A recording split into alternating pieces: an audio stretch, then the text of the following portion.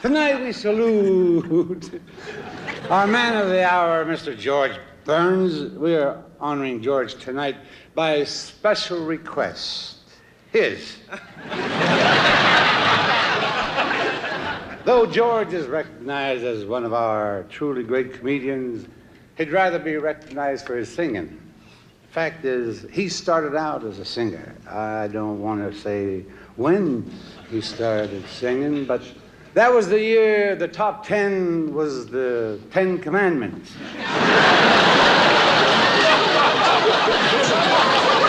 ever hear a voice like his? He sings like he makes love. Slow start and no finish.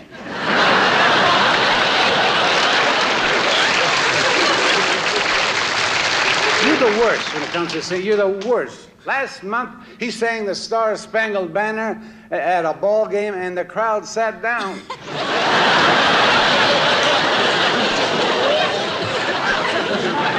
Well, it's truly amazing for a man his age. To give you an idea how old he is, in 1905, George was going through puberty. Something John Denver hasn't done yet. He's so old, when a girl invites him up to her apartment and asks him to bring a bottle, he brings Geritol.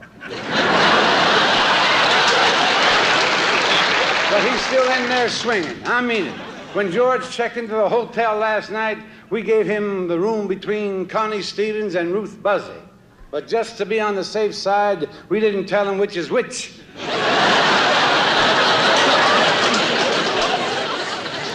Funny thing, but women are always fascinated by George. Even when George was a kid, he had a lot of charisma.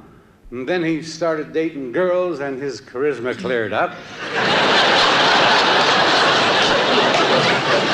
What a career this man has had. Vaudeville, radio, television, and before all that, he made a picture at MGM with Eleanor Powell and Robert Young.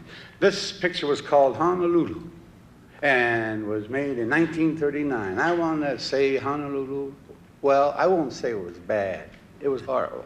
But 3 years later, it was shown in Japan, and Pearl Harbor was attacked.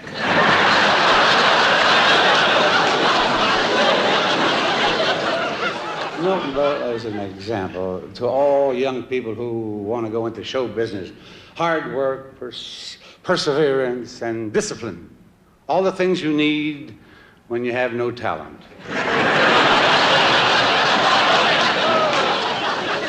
A comedy giant, and I ain't kidding, Mr. Milton Berle.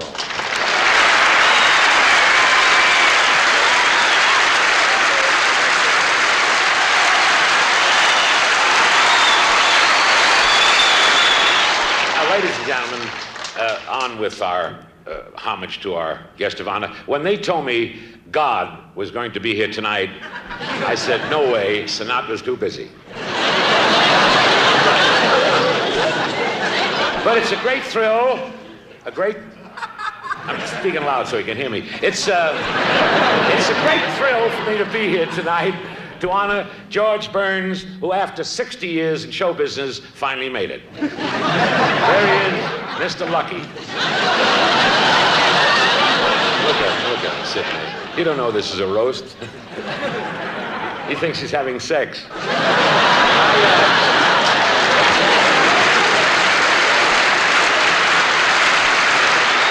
I'm only kidding, George, I'm kidding. You're beautiful. You look just like you did 40 years ago. Old.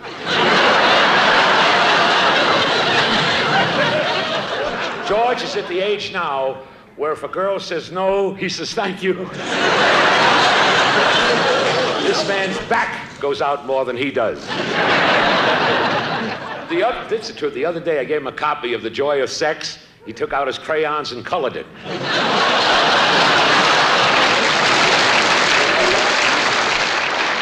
This is true, George, but I heard that Burns is giving up smoking because he doesn't have the strength to flick his bick.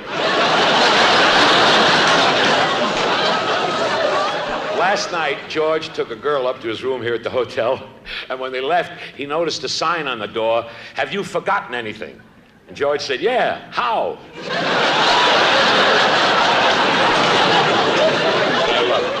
love this man, George Burns and I. We go back a long time together. I don't know if you know this, but George, I'll tell him, is of Polish heritage. His grandfather was half Polish and half Jewish. He was a janitor, but he owned the building.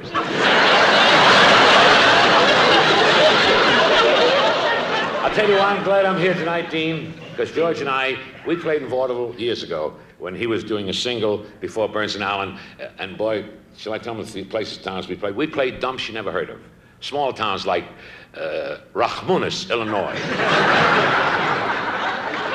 Split Lip, Nevada. Marijuana, New Mexico. Boy, that was a drag. And we played towns that, we played one town was so small, the local hooker was a virgin. And I was listening to the king here, Dean Martin here, and he was talking about singing and everything, but the act he did a comedy act, the worst act I ever heard. His jokes were so bad, I wouldn't even steal them. I like to repeat, as Burl usually does. I like to say that I'm very, very happy for my pal's success. Boy, what a beautiful life. George is leading right now. He's lunching every day at the bistro in Beverly Hills, dinner every night with a gorgeous young chick. He's already won an Oscar. He's written a best-selling book. And he gets offers from every movie studio in town. Oh, God. I can't wait till I get old. Thank you very much. Love you, George. Love you.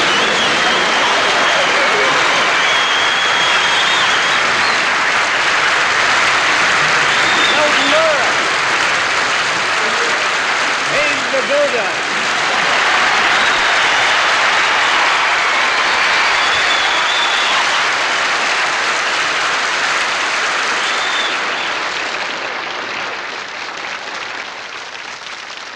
Well, thank you, Dean.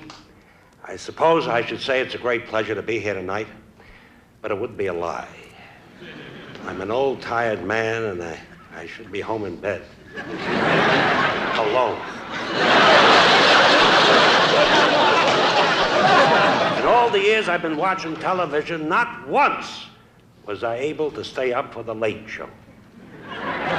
Recently, I've been falling asleep during the early show. Last week, I could hardly make it through News at Noon. And every time I come here, it never fails. Dean keeps telling me I must see one of those shows, you know, where they have tall, beautiful chorus girls all running around topless. Just sitting there ringside, you could get silicone poisoning.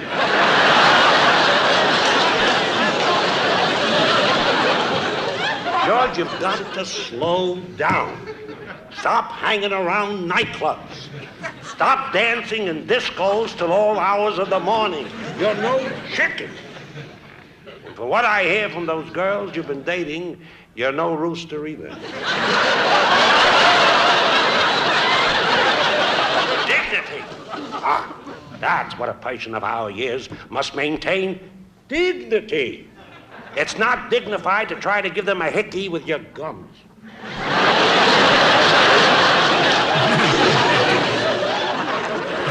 Believe me, George, this new movie career of yours might be exciting and make you seem attractive to young women, but it won't do a thing for your love life. No, no. I don't care what part you played in your last picture. No girl, after winding up a big night with you, is going to say, "Oh, God."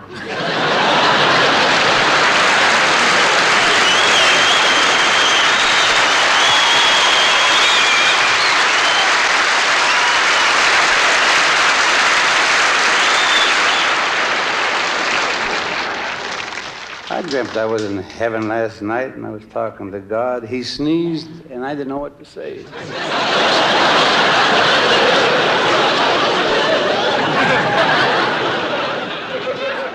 Always a pleasure having Gene Kelly with us. He's a total performer with impeccable credentials. A dear friend, ladies and gentlemen, Mr. Gene Kelly.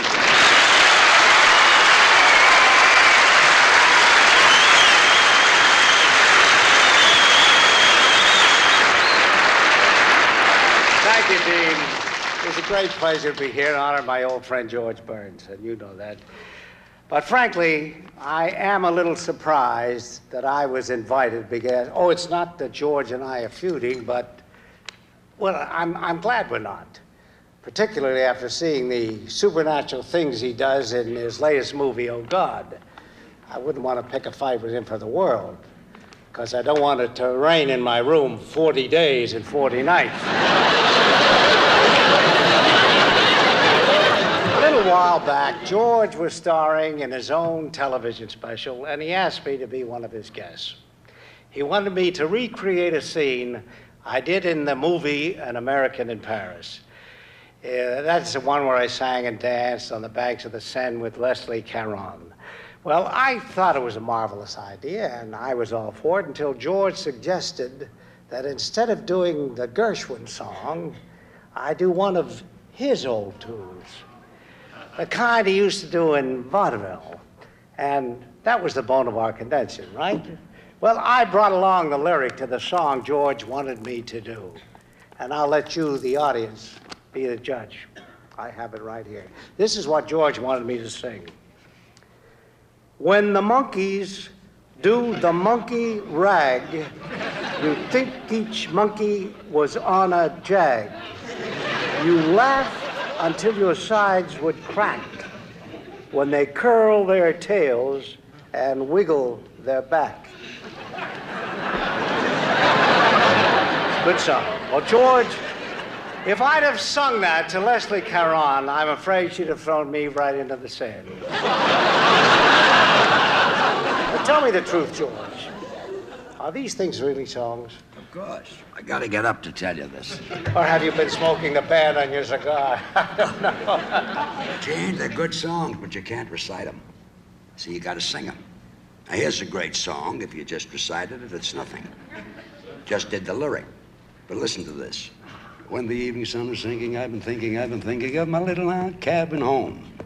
I was never meant for president, but you can bet I'll be content to stay there never again. George, you're right. You're right. You're right. With a melody, it's a smash.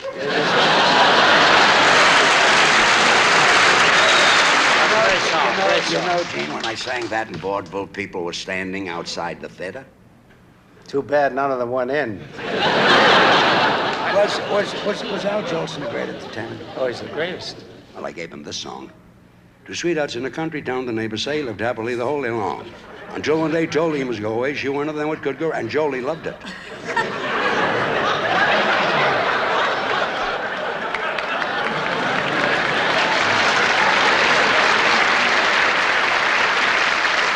No wonder he got down on one knee. He was begging you not to make him sing it.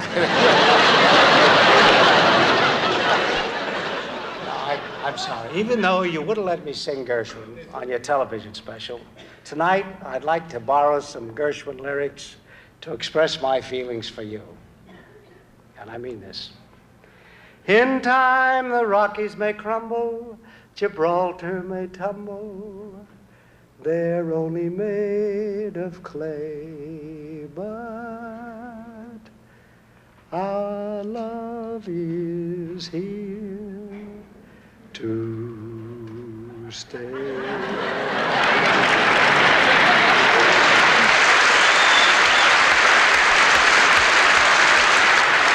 George, you know I truly love you. You're sweet, Gene, but I'm a little too old for you.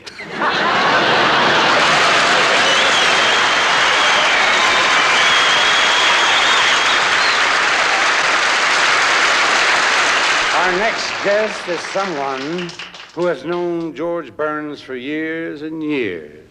In the early days when George first began his show business career, this lady was his accompanist, his teacher, and his very first vocal coach.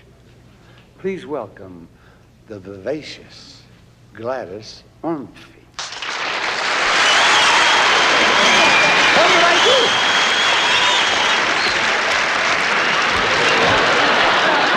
Look at you, sitting here so smug. How dare you pretend you're innocent? Smug, I said smug. Last night this wino cornered me at a bingo game and tried to do a number on me. Tonight, the world is going to find out about you, George Burns. Tonight, I'm going to tell them the truth about you. Tonight, I am going to let it all hang out.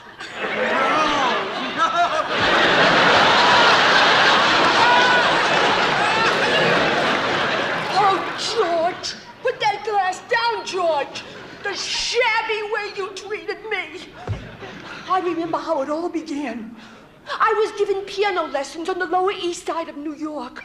Then one magic night, he came in, George Burns. It was love the moment our eyes met, wasn't it, George?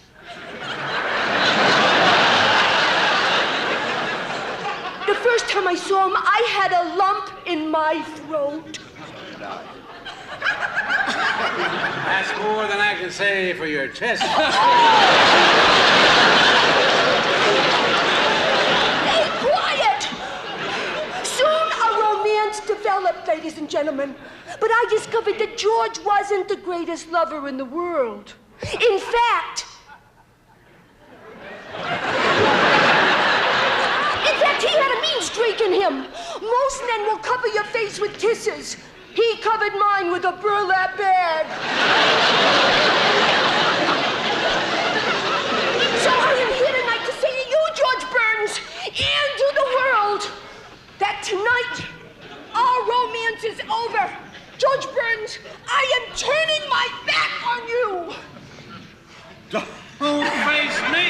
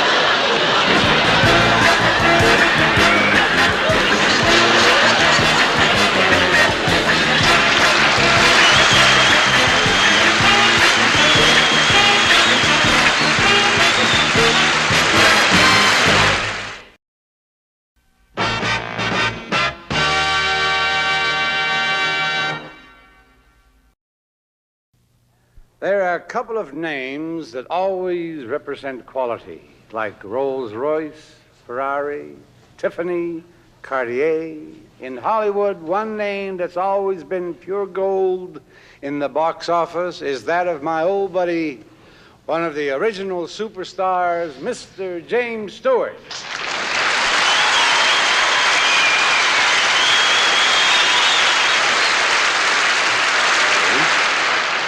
Thank you, Dean.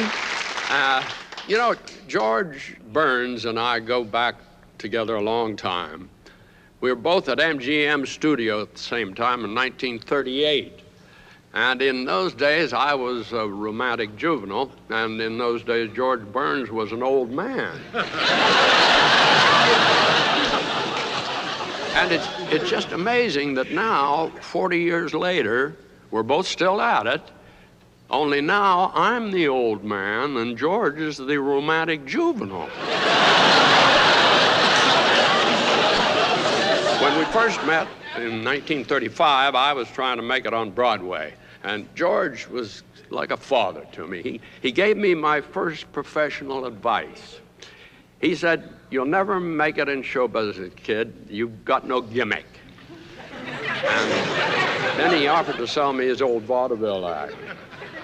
And he said he'd even throw in his special tuxedo. And what made the tuxedo special was it had rubber-lined pockets. And when I asked him what the rubber-lined pockets were for, he said, that's where you keep the fish. And I wondered why I'd want to keep fish in my pockets, and he said, listen, kiddo, when you're working with a seal, you've got to slip him a fish every once in a while to keep him happy. Yeah, George was going to talk his old vaudeville partner into coming out of retirement. Sharky the Seal, he said. You and Sharky, you're just going to make a wonderful, wonderful comedy team. Sharky plays the musical horns, Harold plays the drums, and I said, Harold? He said, yeah, that's the chimpanzee. When I asked George what I did in the act, he said, you throw the fish in bananas.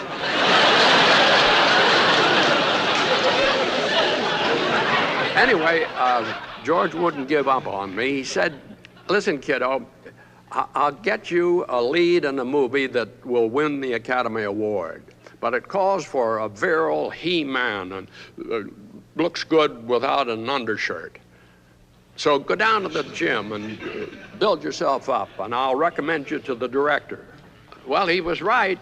5 months after I started working out at the gym, the picture did win an Academy Award for Clark Gable. It's called It Happened One Night. And when I asked Clark how he got the role, he said George Burns recommended me. The next time I saw George was in 1946.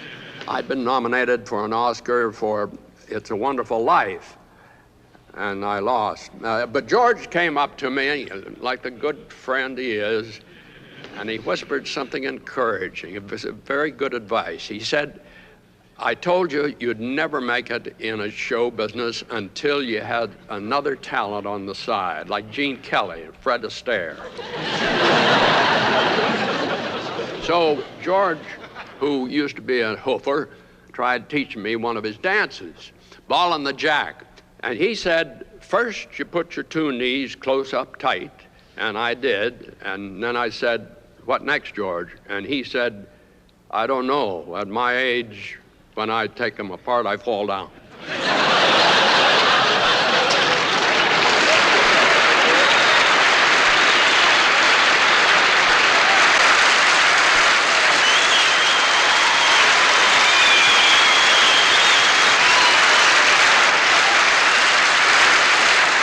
We've got a lot of friends of George. They're all up here to talk about his talent and his show business career, but nobody knows him better than our next guest. Ladies and gentlemen, George's personal psychiatrist, his head man, Dr. Leo Kellerman.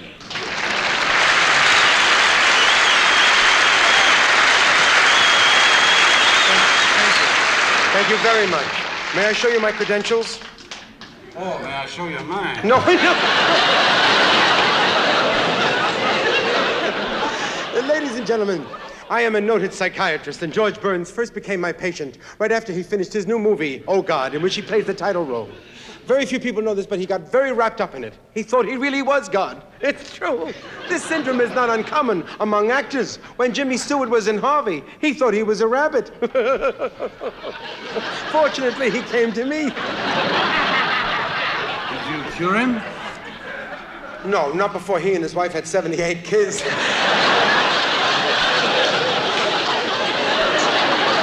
I was saying, when George came to me, he thought he was God. The first thing he said to me when he saw my nurse was, I want to cure that girl. I must lay hands on her. I said, George, she's not sick. It wouldn't help. He said it wouldn't hurt.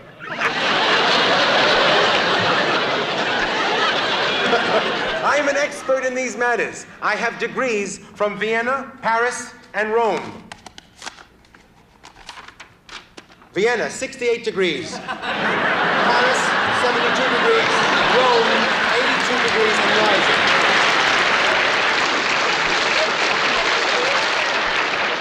When George came to me, I asked him how long he had been God, and he said, 40 days and 40 nights. Do you remember that? It figures. And I said to him, Any other problems? He says, yes. I can't sleep. Can you help me? I can't sleep. I said, George, did you sleep last night? He said, no. I said, did you sleep the night before? He said, yes. I said, it's very simple. Go to bed every other night.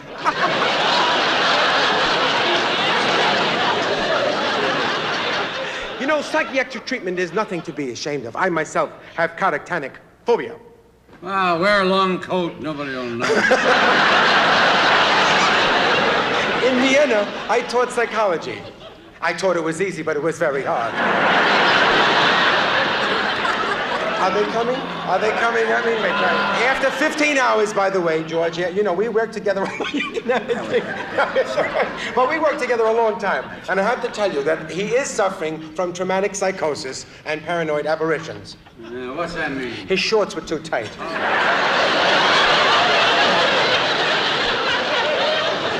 He's a wonderful man. My wife was your daughter in the Sunshine Boys. She sends you our love. Thank you very much for being you. Thank you, God, for sending her this wonderful man. Thank you.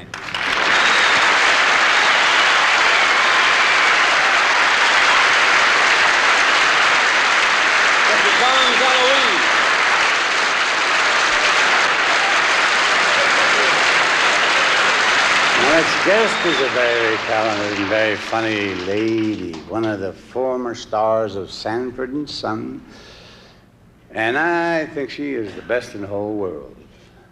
She's lovely. She's beautiful to me, Miss HANDPAY.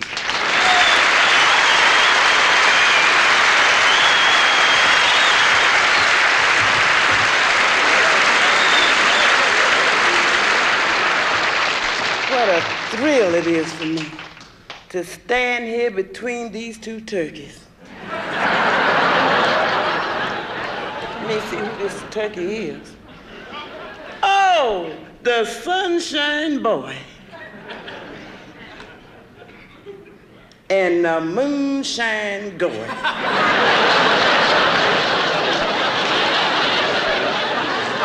I heard what you said, Milton Berle. Don't you go bad-mouthing me. You've done as much for comedy as Idi Amin. Last time I saw your show, it was during the New York blackout. Honey, your show was so bad, my friend smashed the window of a TV store and returned their TV sets. And you, Phyllis Dillon. Have mercy. I hear you whispering. You ain't got no right to talk about my looks, honey. Oh, I'll admit when you walked in tonight, you turned a few heads. And a few stomachs, too. Look at Abe Vigoda sitting there so cool. Abe played in The Godfather. In that movie, they gave him the kiss of death. Abe, honey, you look so bad, they should have given you the kiss of life. Now I'm gonna get to you, George Burns.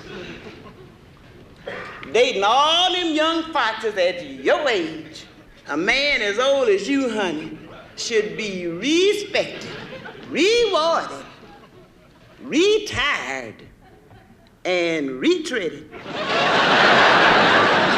George, you're too old to get married again. Not only can't you cut the mustard, honey, you're too old to open the jar.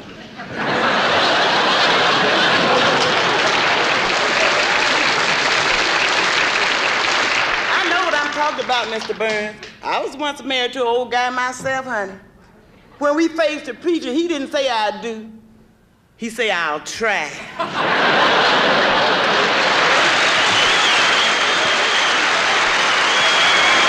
Thank you, ladies and gentlemen.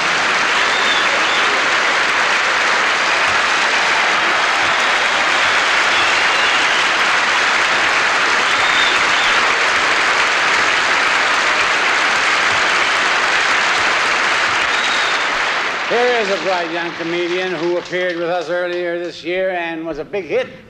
Ladies and gentlemen, Mr. Tom Dreesen.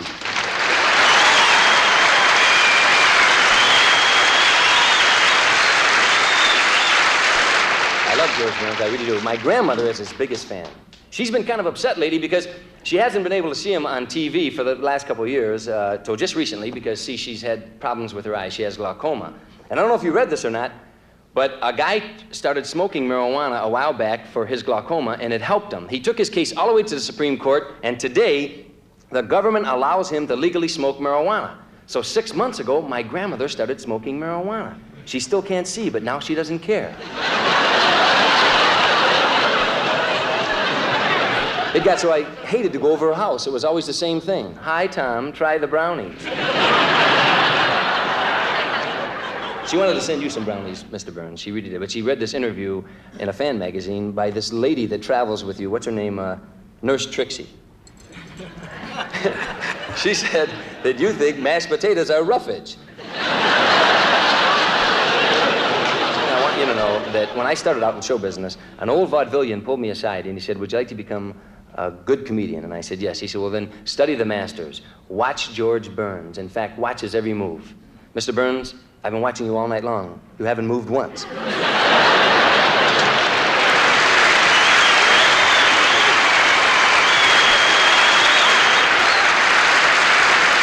Tom. I need a card to introduce this lovely lady. She is funny, and she is beautiful. And I love her. Miss Phyllis Dillon.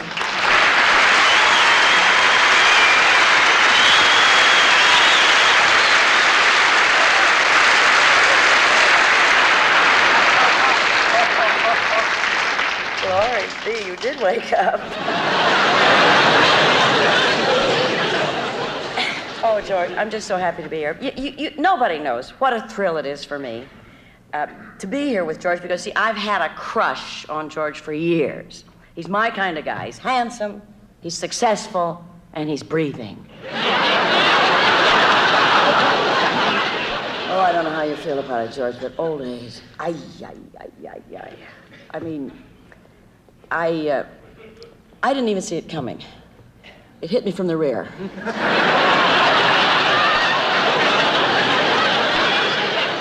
I got up one morning and it is over. Everything is gone. The hair on the top of my head is so thin. The part is on the roof of my mouth. I've got a rash that's moving so fast I can hear it.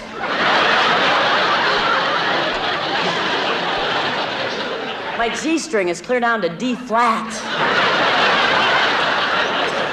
And you know, as you get older, you get so damn dry and brittle. I may not pass on at all. I may just flake away.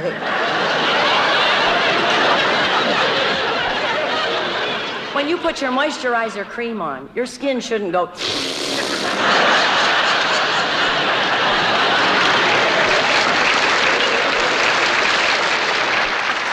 You've heard of water on the knee? Get ready. I have gas. But I wore this outfit just for you. Well, you know, I'm not going to wear feathers. The last time I wore feathers, I was attacked by an ostrich. You know, if I didn't wear contacts, I wouldn't know where I was. I could be playing the men's room. One night they let me.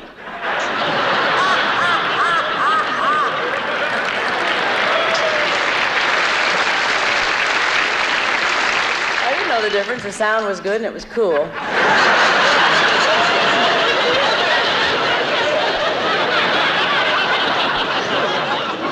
I'm so sick of getting my bras back from the laundry marked flat work. You talk about flat. I got my chest sunburned and my back peeled. You want to know what else? I've had such rotten luck with men. I had this one guy. Oh, big, huge, hairy, dumb. Went ice fishing, came home with 50 pounds of ice.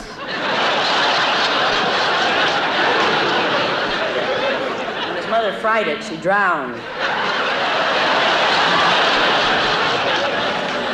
I love George. He knows how to treat women. He just does, like backstage tonight. He whistled at me. Mm-hmm. Oh, I loved it. Last time I heard a whistle, I was hit by a train. But George, I just want to tell you this. After the show, I know it's your night, but I'd love to share it with you. Somehow. We'll find a way. come to my room if you want to see a real woman. I'll get one for you.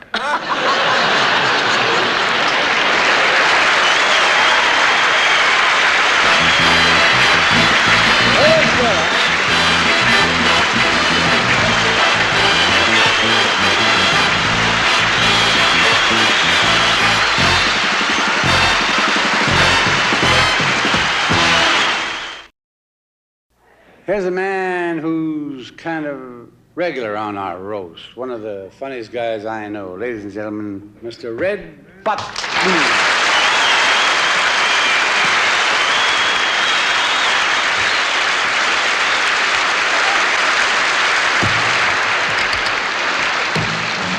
Ladies and gentlemen, the question tonight is why?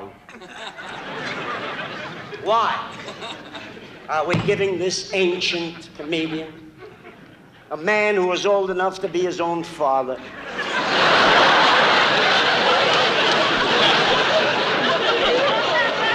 man who embarrassed everybody at the Last Supper by asking for seconds, a man who, when they signed the Declaration of Independence, asked for a Xerox copy, a man who, when Rome was burning, requested Nero to play You Picked a Fine Time to Leave Me, Lucille. So this is the type of man we're giving a dinner to here tonight. Some of the biggest people in the history of the world never got a dinner. Adam, who said to George Burns in the Garden of Eden, I got more ribs, have you got more broads?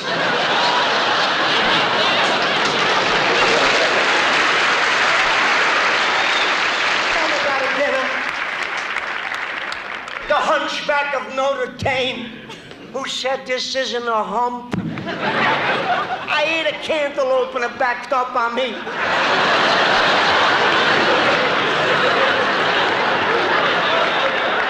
Never got a dinner. Buddha, who said while contemplating his navel, it sure beats daytime television.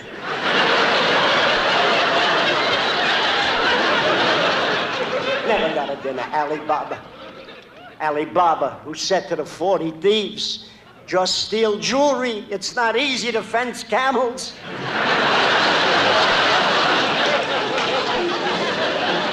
Never got a dinner. The Siamese twin who said to his sister, what do you mean you go your way, I'll go mine?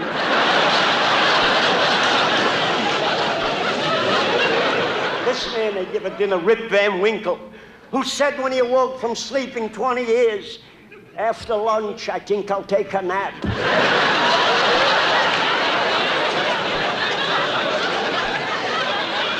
Never got a dinner, Goliath's mother, who said to Goliath, stop running around with David. You're always coming home stoned. Never got a dinner. George never got a dinner. This man, they give a dinner. Cain's mother, who said to Cain, after he sleweth his brother Abel, wait till your father comes home, are you gonna get it? Never got a dinner, Lot, who said when his wife was turned into a pillar of salt, salt we got plenty, coffee we need. Cleopatra, who said to Mark Antony when she placed the serpent in her bosom, of course it's suicide. You think I'm trying to make out with a snake?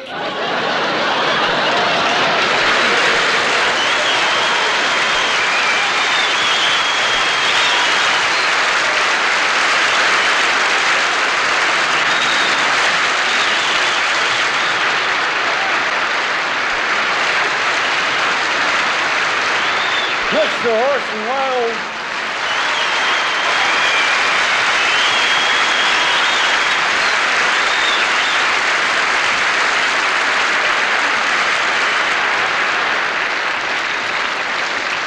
There's a foolish rumor going around that I really must scotch. Scotch, Dean. I hope I have your attention. No matter what they say, I refuse to believe that some suggestion of yours was responsible for the invention of the neutron bomb. It's ridiculous, of course. And yet, when you think of it, it's logical. Who else would want a weapon that could wipe out the bartenders without destroying the booze? As for our honored guest, he certainly deserves more respect than he's been getting here tonight. After all, how many men his age could listen to insults about their sex lives without the use of a hearing aid?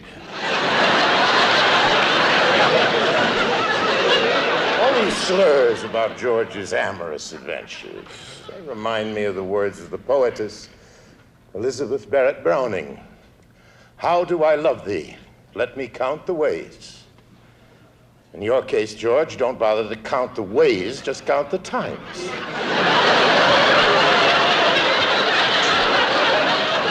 The extremes these people have gone to just to come here.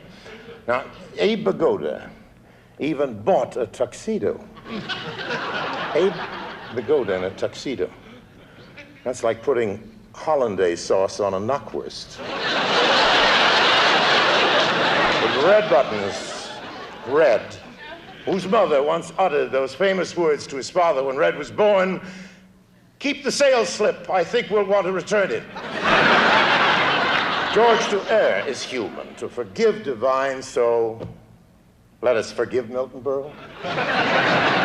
We realize, Milton, that everything you said for laughs. The fact that you didn't get any, well, that's another one of your problems.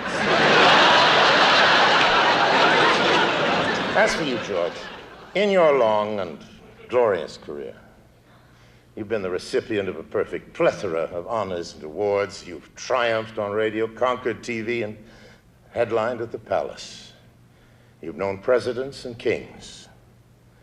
You, more than any living mortal, should be cognizant that there is something more exciting in life than women and sex. And whoever finds out what it is will make a fortune.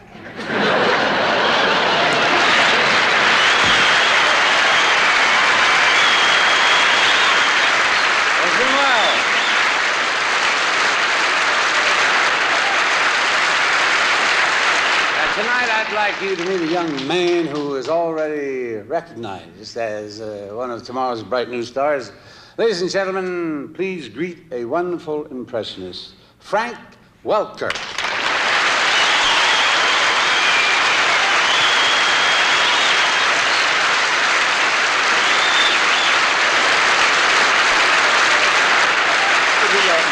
Honoring this evening is deserving, I know, of this roast, but also I think he should probably have his own news documentary. So I would like to take you to New York and Walter Cronkite. Good evening, everyone. This is Walter Cronkite bringing you a special television tribute to George Burns entitled, "Oh God, Not Again." Tonight we pay homage to a man who's celebrating his 75th anniversary in show business. George owes much to the miracles of modern medicine. Just how much, only Medicare knows for sure. Through the miracles of modern medicine, George Burns still chases pretty girls. And through the miracle of modern psychiatry, he intends to find out why. See, when you're his age, the memory is the second thing to go. Now, ladies and gentlemen, we take you to a man who's prominent in politics, Billy Carter's brother, Jimmy.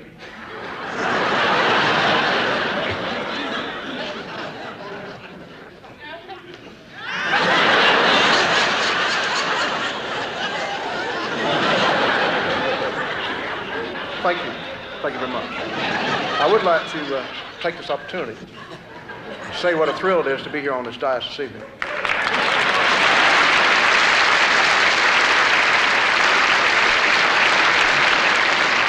It certainly beats the House of Representatives.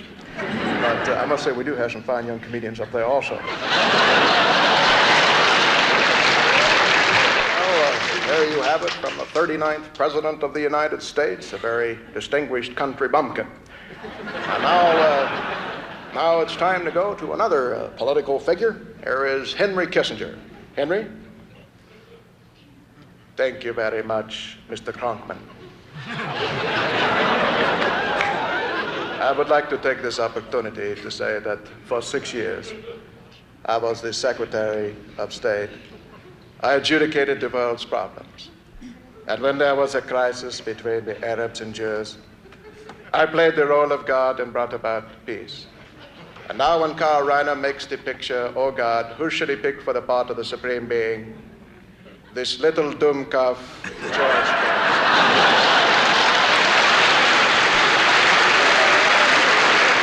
Thank you, Dr. Kissinger, spoken like a true American.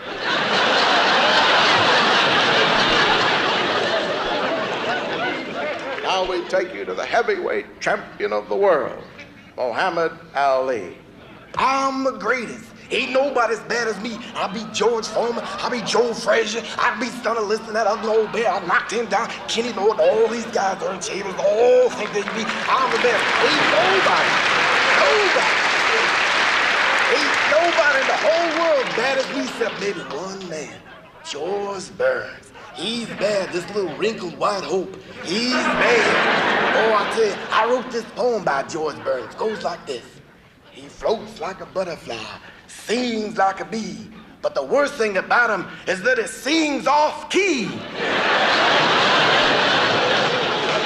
Well, now we must eventually turn to our man of the hour, the superannuated star of Crystal Radio, George Burns himself. So in another dramatic confrontation, our British investigative reporter David Frost probes into the real reason behind George's break-in to show business. David? You were once quoted as saying that if you were offered the role of God, that you indeed would take that role, even though you had some hesitation at this point in your career. Do you indeed feel that that's the way you felt, or prior to what you thought you said, or do you indeed feel that what you said earlier, prior to what you thought you had told yourself, that you indeed felt that that's what you thought you said prior to June 3rd, when you thought you knew what you did indeed say? You know something, David? You talk as funny as I sing.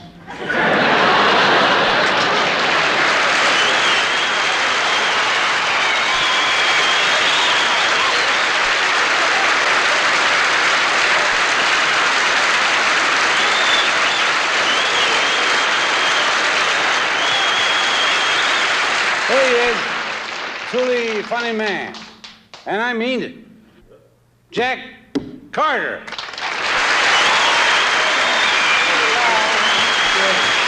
Oh, I thought you'd never get me up here. This became like a telethon for senility.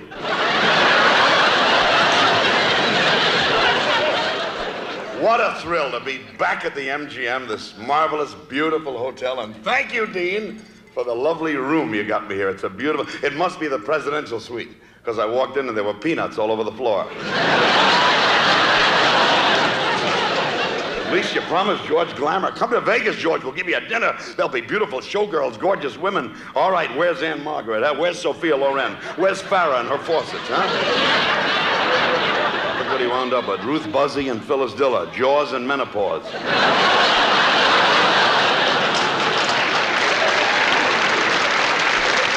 Oh, Ruth's overrated, but Phyllis, you look beautiful. She with a new face and a new body. You really look great, considering you used to be Gregory Peck.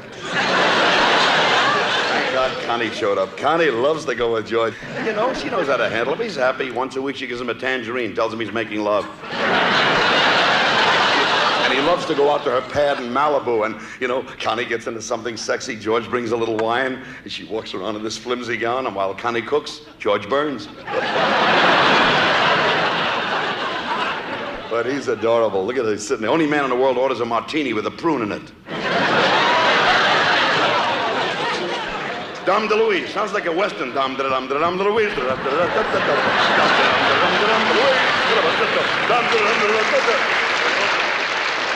Dom came over as an immigrant with his father. His father couldn't speak English. All he could say was his job. Diesel fitter. È fatto una mangiare, lo diesel fitter. So they sent him to the shipyard. No shipyard. Diesel fitter. Isn't that what you do? No, I work with my friend Angelo in a pantyhose. He hold up the pantyhose. I say, yeah, diesel fitter.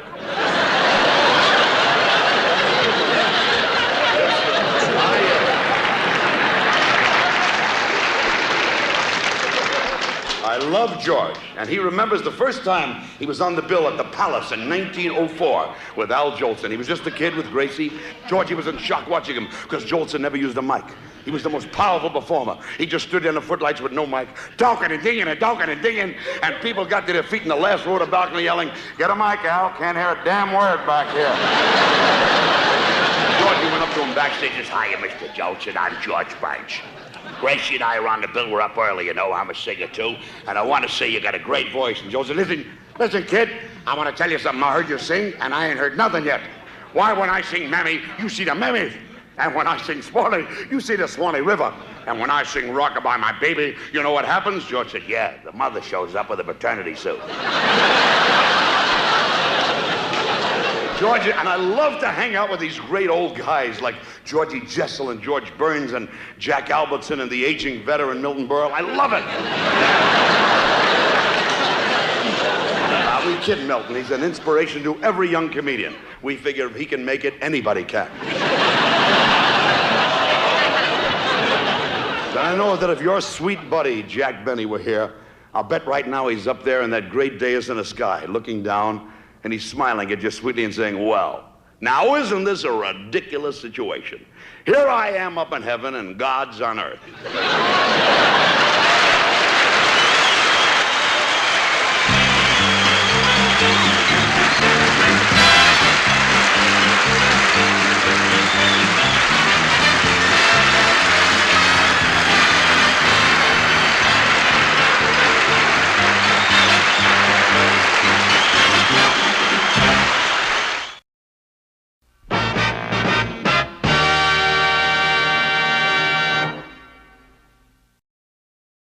Ladies and gentlemen, please welcome former movie star, former governor, former presidential candidate, but still #1 in popularity, a most distinguished American and a good pal, Mr. Ronald Reagan.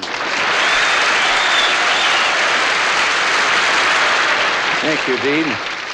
Among governors, you know, Dean has always been well thought of. The governor of Arizona even named a national forest after him. Petrified.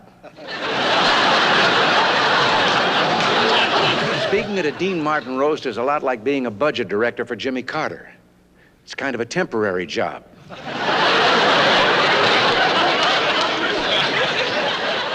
I just couldn't turn down this opportunity to say a few words about our man of the hour, this bionic geriatric, Sun City Fonzie, George Burns, the only man I know who does fool Mother Nature.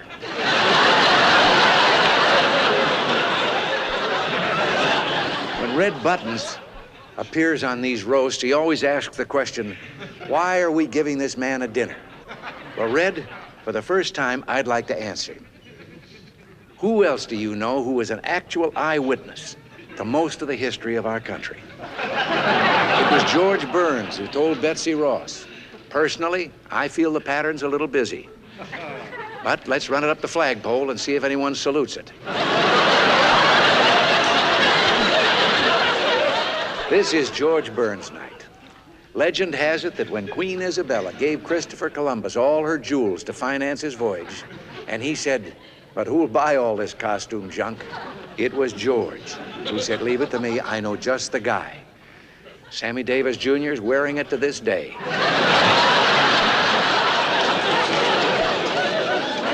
And who was it who told Judge Crater, "Slip away from the party, no one will ever miss you"? He remembers. George goes back to the invention of television, when TV sets were run on whale oil. He started with NBC TV. Where do you think NBC got the egg from which they hatched that peacock?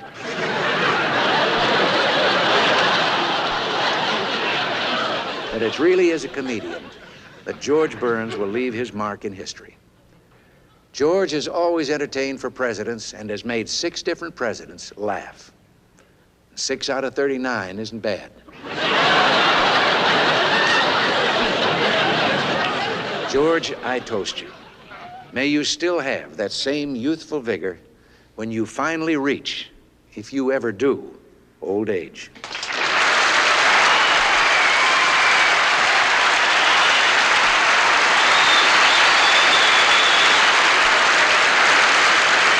the most respected MDs in Beverly Hills, Dr. Charles Cooper.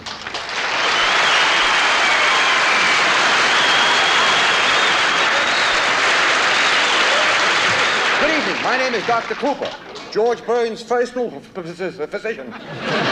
The first time I met George Burns, he came to my office with a terrible ringing in his ears.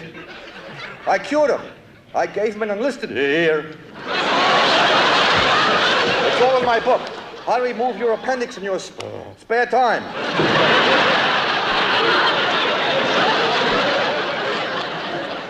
I once took care of Mr. Martin. I went to his home, and after examining him carefully, I found something on his chest. His secretary.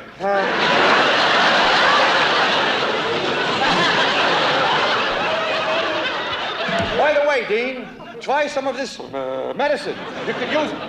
No, thanks. What? You say no. Well, thanks. Do you realize this medicine contains vitamins, minerals, niacin, potassium, iron, riboflavin. Thanks. It also contains 50% alcohol. I'll have the bottle.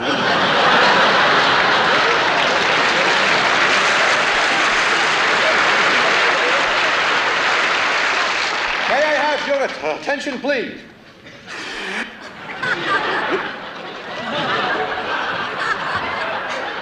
This is a cow. This is an old cow.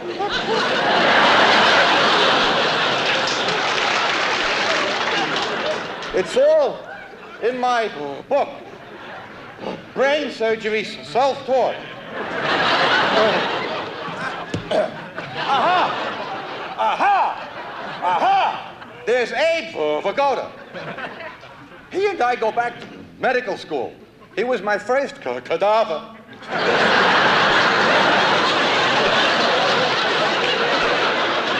Anyway, Mr. Burns, all I got to say is to you, you need a physical. After the show, come to my room, remove your clothing. I'll take your pulse, your pressure, and your wallet. Thanks a lot.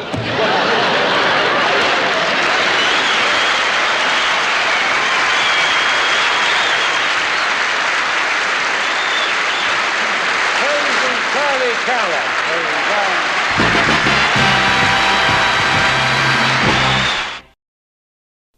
I should say the next pretty lady to step up here is not only a star of television, Broadway, and the movies, but has appeared with our man of the hour on stage and screen. Ladies and gentlemen, please welcome the talented and lovely, beautiful Connie Stevens.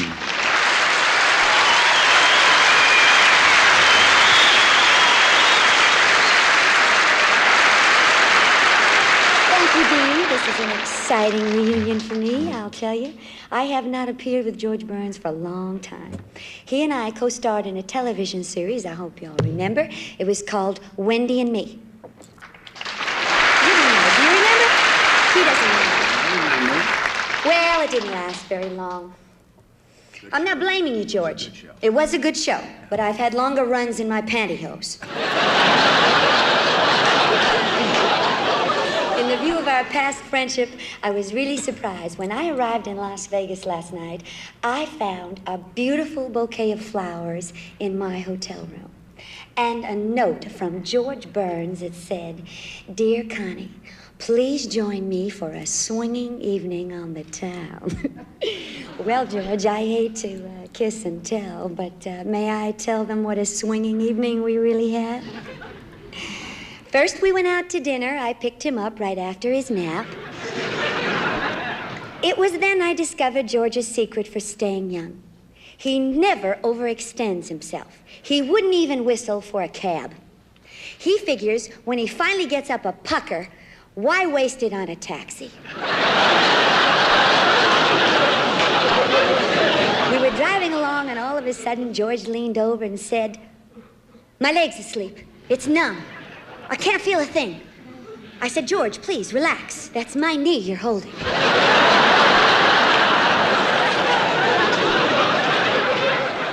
On the way home in in the cab, George got very confidential with me. He said, Connie, I know I'm an older man and you're still young and innocent, but these are modern days. How do you feel about mixed couples?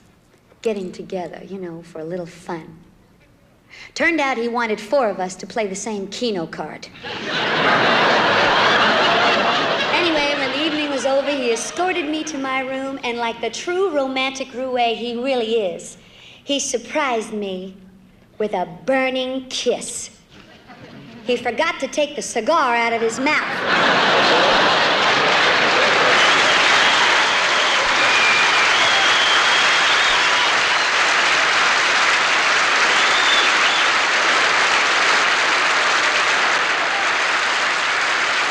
With us tonight is that very funny star of the big hit TV show, CPO Sharky. Ladies and gentlemen, the national distributor of hate, Mr. Don Rickles.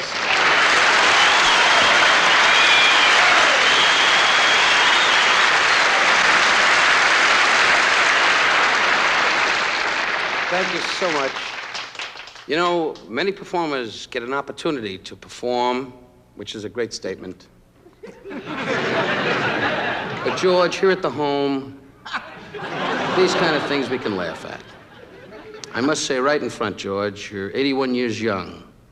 I'll give you $5 to marry my mother. I'll make it 10 if you fool around. There are many great stars here honoring George. As I look down the dais, I see none.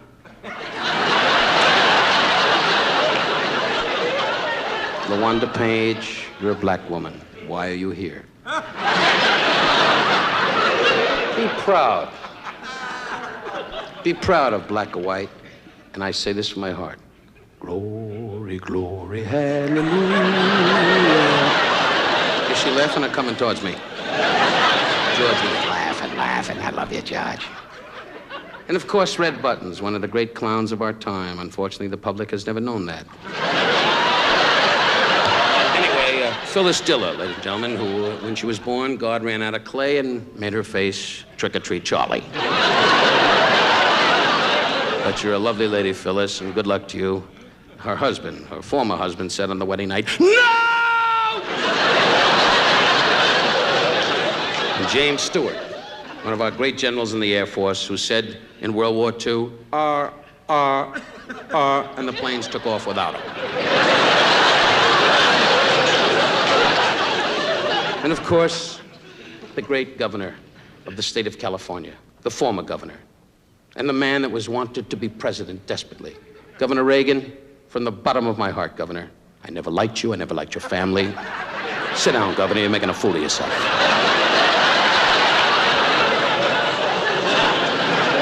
And Dom DeLuise. There's not much to say about you, Dom, because you got a bad personality.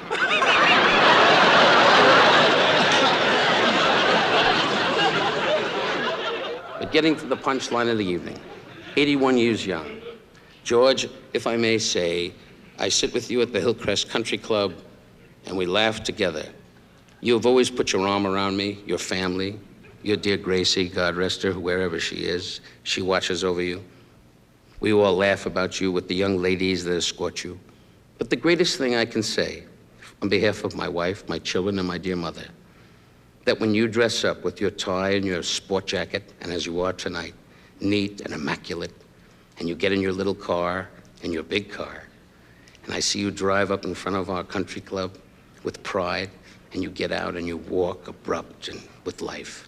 That's what I believe in.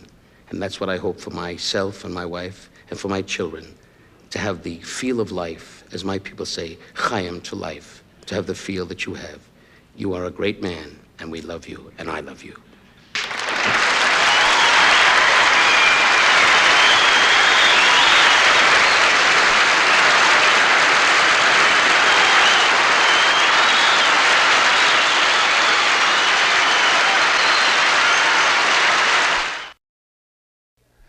I don't think anybody has more friends than George Burns.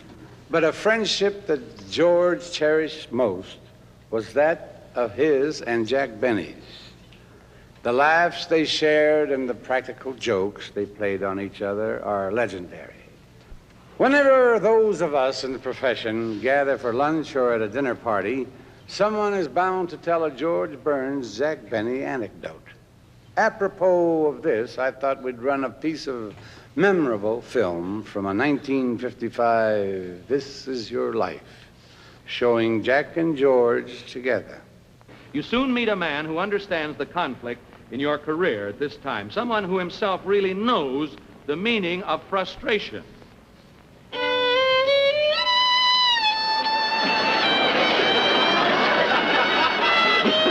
wonder who that is. I can't have any idea. Well, you almost gave up singing, George, but he never gave up his music. Come in, Jack Benny! Hello, Jack. Hi, George. Well, no, Mr. Benny. Jack. No, this is my life. No. He gets mixed up. It's really true. I see him every day. But It's look, his life. I know it's his life. I haven't seen you for about 35 years. I haven't seen you for 10 minutes. Listen, I gotta tell you something about the reason I know why I was asked, because I probably know George. And as a matter of fact, he just wrote a book on his life, which will be published soon, and I wrote the preface of it. And I tell the truth in the preface because the story in his life are some of the biggest lies that you have ever read in your life. What's the name of the book? And not only that, it's called I Love Her, That's Why. That's the name of the book, to get the plug in. Now, but I've known George, and I met George, I would say 35 years ago. I was 4 and he was 27. The next year, I was 4 and he was 28. Yeah. Well, how did his act to begin with? He had all the punchlines and Gracie fed him. Isn't that the way? Well, what happened was, you see, when they teamed together, George thought he was a comedian. Yeah. He still thinks so, you That's know. right. And George took all of the jokes and gave Gracie the straight line. I wrote the act. That's right. Then he realized, I'm talking now, if you Okay. please. Then he realized that Gracie got all the laughs, so he had to switch the act around. It's the first sensible thing he did. George, no kidding aside. When did you see Jack last, anyhow? Today sometime? Or... I haven't seen it. Akron, Ohio. Oh, it must have been 34 years.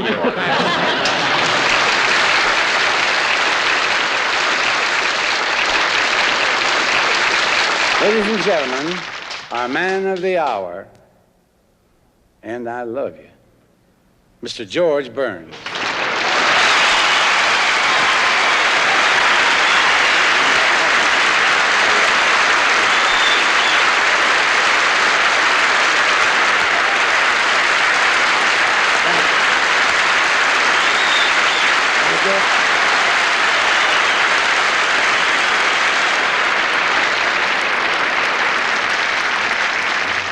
Thank you, ladies and gentlemen. You know, I've really come a long way in show business. Here I am, 81 years old, and to think that all these lovely people flew all the way to Las Vegas and got all dressed up and came down here just to insult me. I think it's very flattering.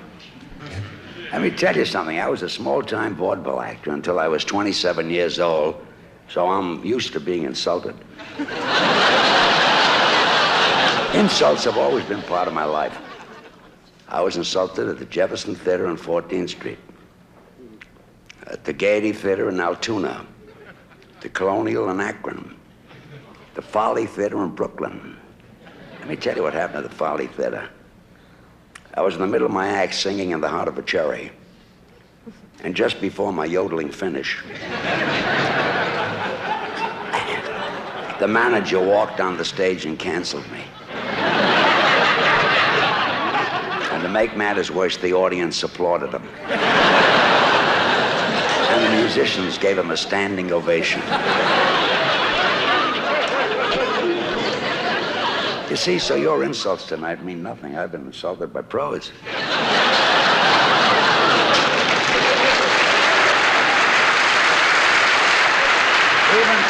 Even when I worked with Gracie, the insults never stopped. I remember playing the Orpheum Theater in Oklahoma City, and the next morning there was a review in the paper. It said, Miss Allen is not only a beautiful young lady, but a great talent, and her dancing is very exciting. And her comedy timing is flawless, and there's no telling how far Miss Allen would go if she worked alone. When I first started, all the acts I did were pathetic. In fact, I had to change my name every week. I couldn't get a job with the same name twice. I remember I walked in the Folly Marcus's office. It was a small-time booking agent. I was sitting there. And the theater manager came in, and he said, "Where can I find Maurice Valenti?" I said, I'm Maurice Valenti. I thought I was. He gave me a contract to play the Myrtle Theater in Brooklyn, and the contract read Maurice Valenti and his Wonder Dog. Well, so I signed it. I'd do anything to stay in show business. Next day, I got myself a piece of liver. I went out and I caught myself a dog. And I went to the Myrtle Theater to do my act. I walked out on the stage with the dog under my arm. I stood there and sang my songs. And in the middle of my third song, the dog did his act. Twice. To ruin my finish, I couldn't do my sand dance.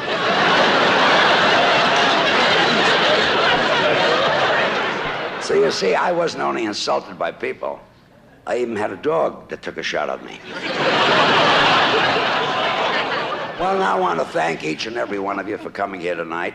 And I enjoyed the evening very much. And you know, right now, I'm at a very comfortable stage in my life. I've always been taught to respect my elders. And well, I finally reached the age where I don't have to respect anybody.